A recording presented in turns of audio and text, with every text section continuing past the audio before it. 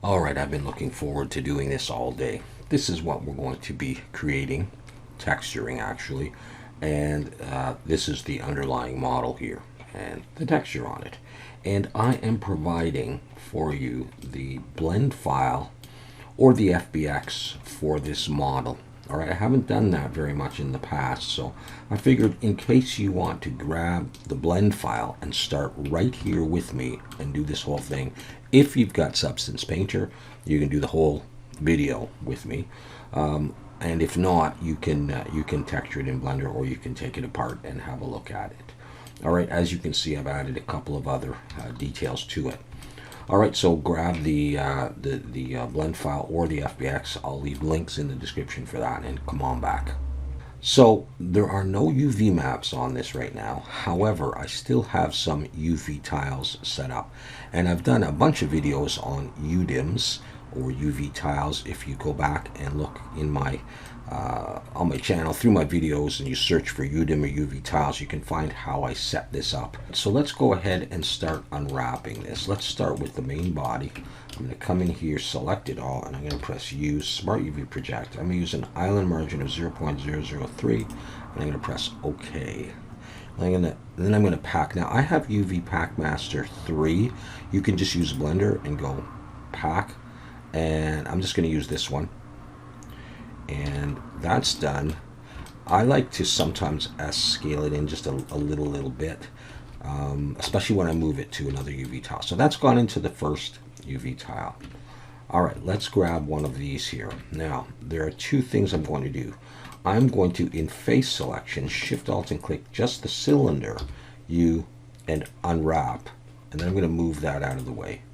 And then I'm going to come back and I'm going to select, let's see if I can select everything else, and Smart UV Project that stuff. And I get that. Now I'm going to take all of it and I'm going to pack. Now that is in the first shell as well. I'm going to scale it down, and I don't want it there, or the UV tile. I want a GX. I want to move it into the second one. Now I know that newer versions of UV Pack Master can do this automatically and put them in the right place, but I don't have that. So now if I select both of those, you can see I've got the main base here. I've got this handle, and now we're going to go on and do the next one. I'm going to do the same thing. Shift Alt and click there in face selection, unwrap. It's going to go down to the first one. I'm just going to move it over here. I'm going to press Control I, Smart UV Project, and I'll get that. I'm going to select all of that and pack, or use Blender to pack.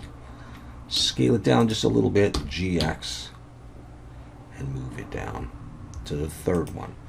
Now I should also tell you that the blend file or FBX and this one has some modifications. I've done a different type of switch here, and of course I've added that bar. All right, cool. Let's come down to this one. For this one, I'm going to use Cube Projection, and pack, and I'll get a nice big thing for some text there. I'll scale it down just a little bit, GX, and I'm going to put that in the fourth one. I may rotate this 90 degrees. It's really not necessary, but it just looks better upright. Okay, and the final thing is this. And let's try just unwrap on that. And it said it failed. Let's merge by distance in case there's anything. Let's try Smart UV Project on that as well, and see how well that turns out. So I'm going to scale it down just a little bit. GX. I'm going to move that down to here. And let's see if I'm missing anything. So I have an extra UV tile I don't really need.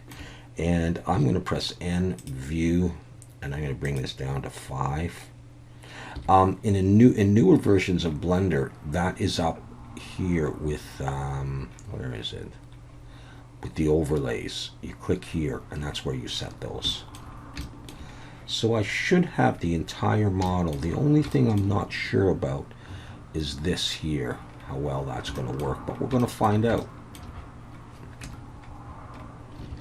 Okay, let me just have a look at this. Yeah. All right, so we've got our model UV unwrapped. So now what we're going to do is save this as an FBX, and we're going to bring it into Substance Painter. In Substance Painter, go File, New, and make sure this is checked. Use UV Tile Workflow. Turn that on. Select the model, hit OK, and just have a look at it. Make sure it looks like you're not missing anything. And then it's time to bake the mesh maps. And that will take a couple of minutes. Just before we do that, notice we have 5 UV tiles. All right, and default material, if you're planning on bringing it back to Blender, you can name this like just Throttle. All right, let's go ahead and bake. Bake mesh maps. I'm going to do this at 2K. Uncheck ID, bake. And as it goes through, you can watch and see the little squares, and be happy about that, because that means we're going to have better resolution. All right, we won't have as high resolution on the main body, however, but we'll be upping the res from 1024 to 2048 later on anyhow, and it should look just fine. All right, let's have a look at it now that it's baked. And I'm looking for any darkness, which would usually indicate overlapping UVs.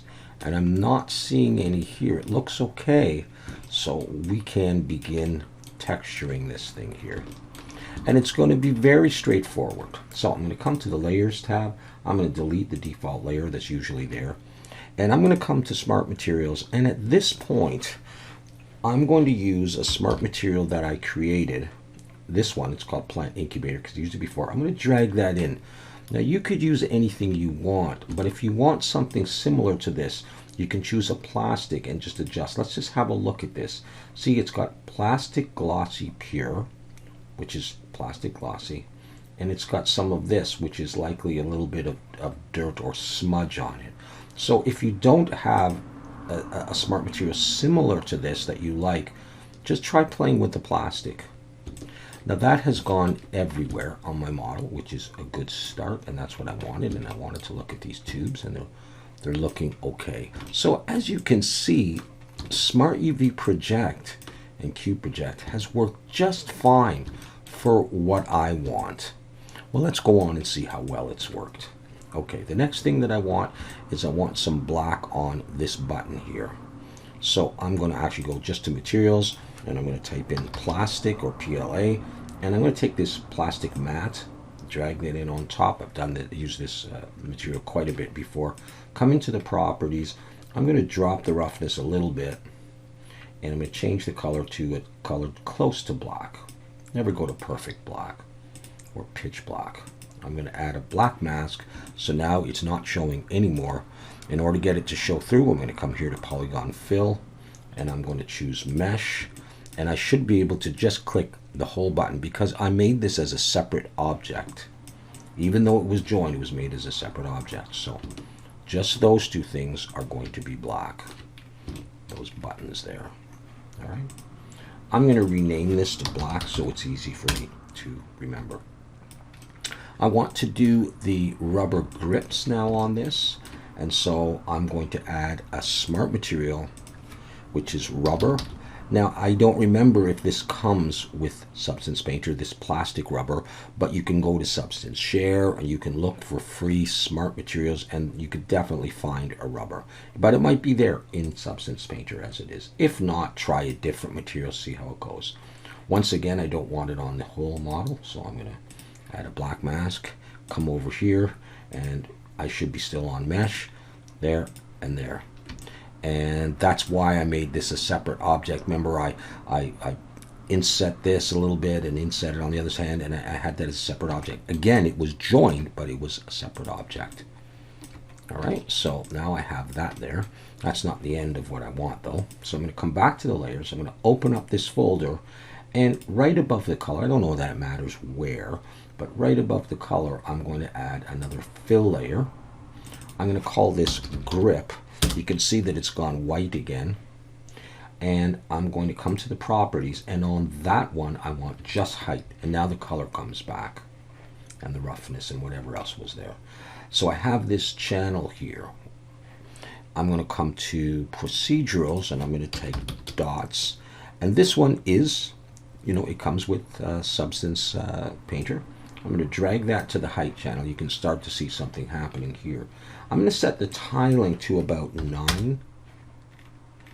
And this is the effect we're going to get, and that's what I want in there. Now we don't have any dirt yet, so it's all looking pretty shiny and clean. You can adjust any parameters you want, but that's basically what I want right there. Okay, so far so good. Now we'll start doing some alpha work. So I'm going to create, now I tend to use paint layers. People probably would shy away from that. I want that above and outside that folder. I'm going to call this alphas. Yeah, I tend to use a paint layer, and you can't go back when you do that. So it's just the way I'm comfortable working. So I'm going to come down here, and I'm going to choose just height. So Alt click on height and drag this down about 1/3 or close to half.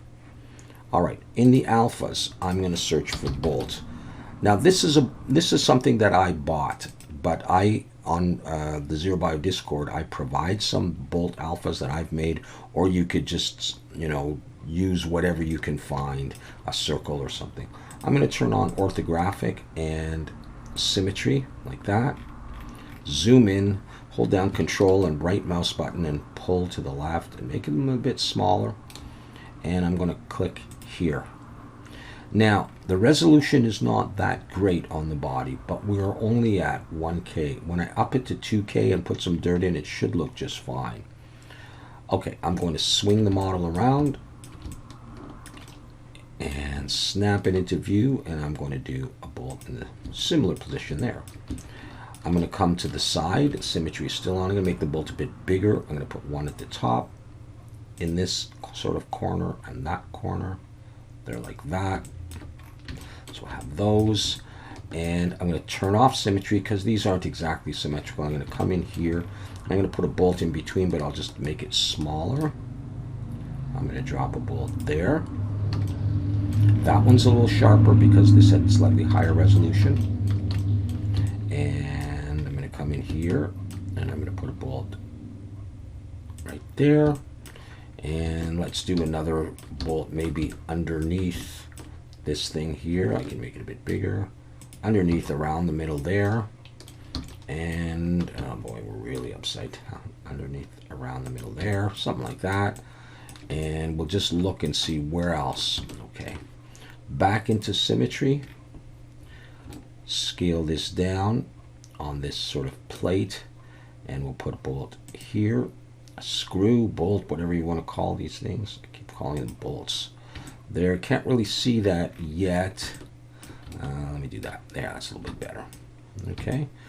Let me just think if there's anywhere else. You can put them wherever you want. That's probably good enough. So we don't have too many of these things.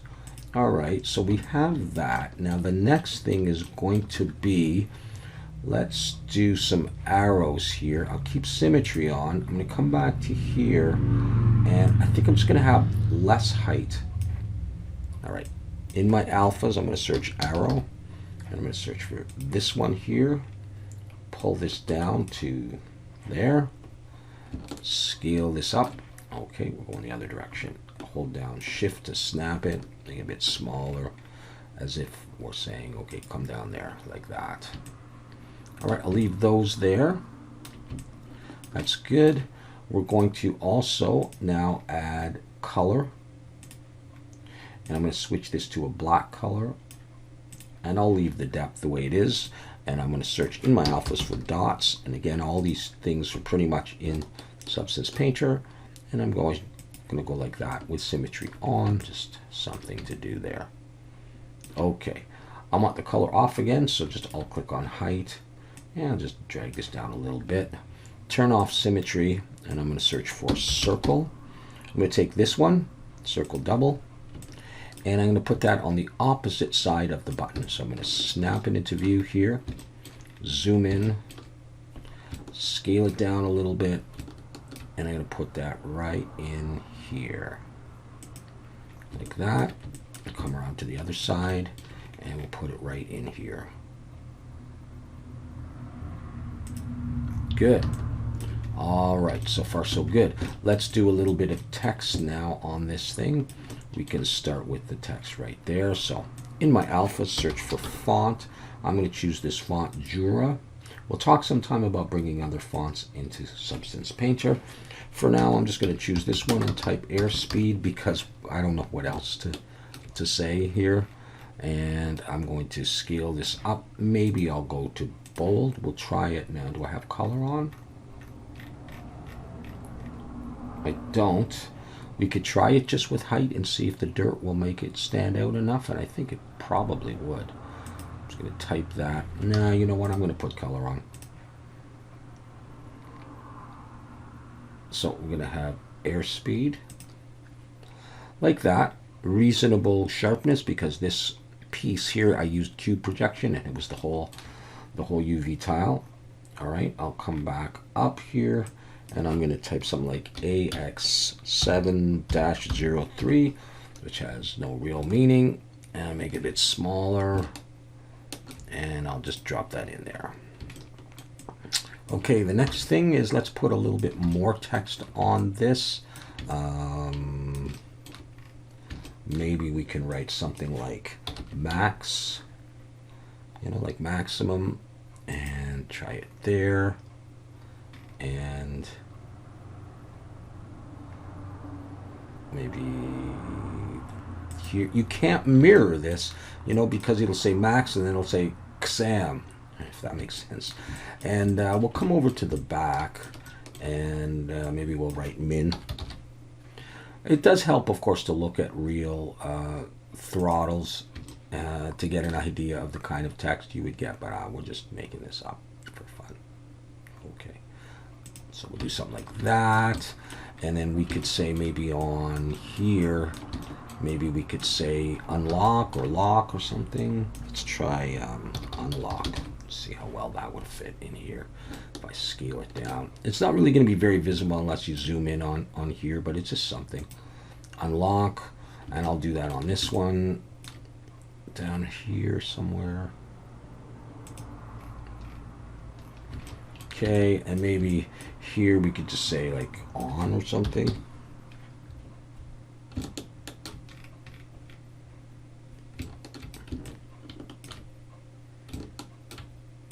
On, and same thing on this one.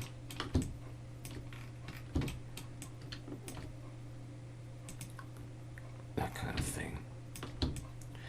All right, is there any other text we want to put?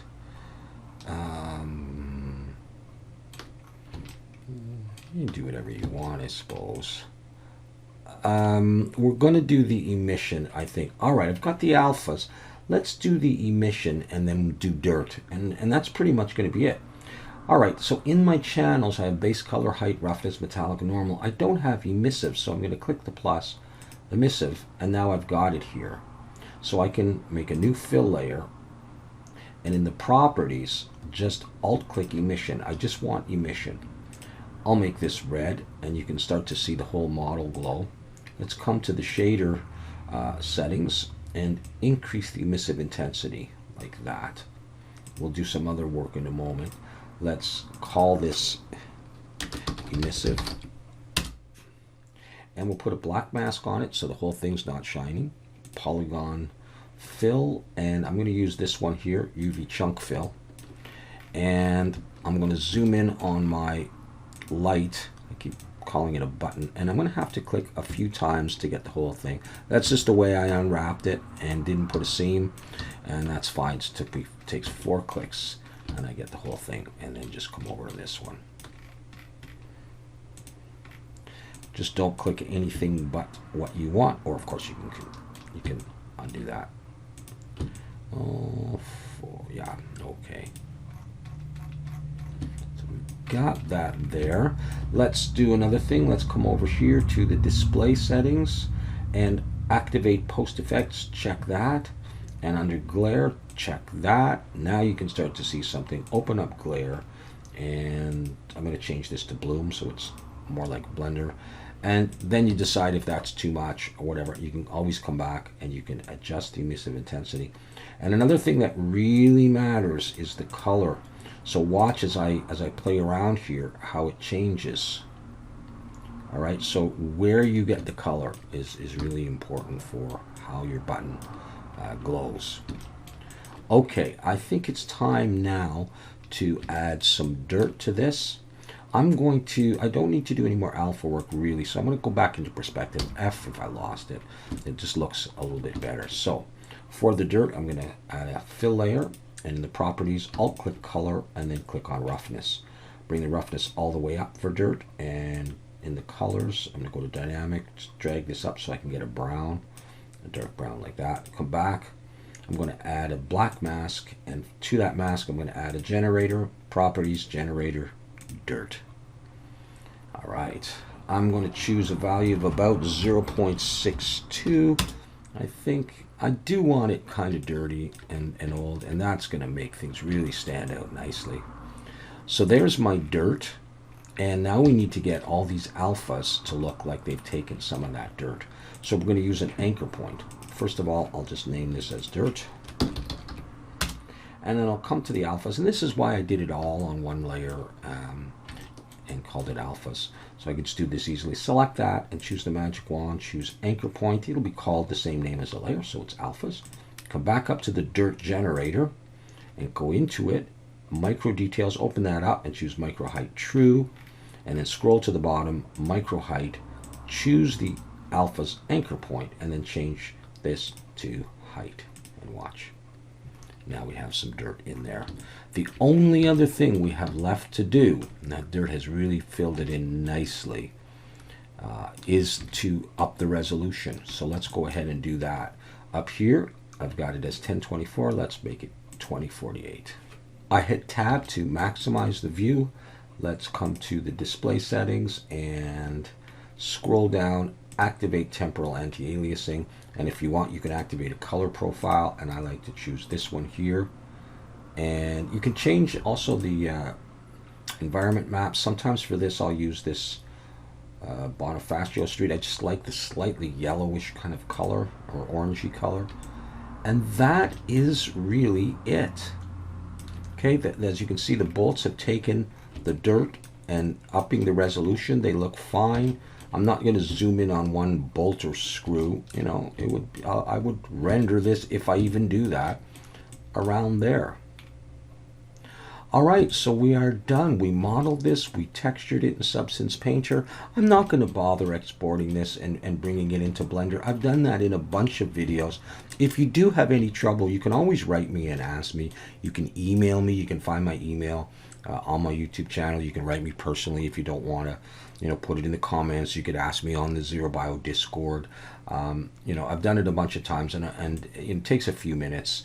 But I think it looks great here. What I often will do is just make sure your anti-aliasing is on. And by the way, if you want, you can turn on shadows as well, and just adjust this and let it settle if you want shadows in there.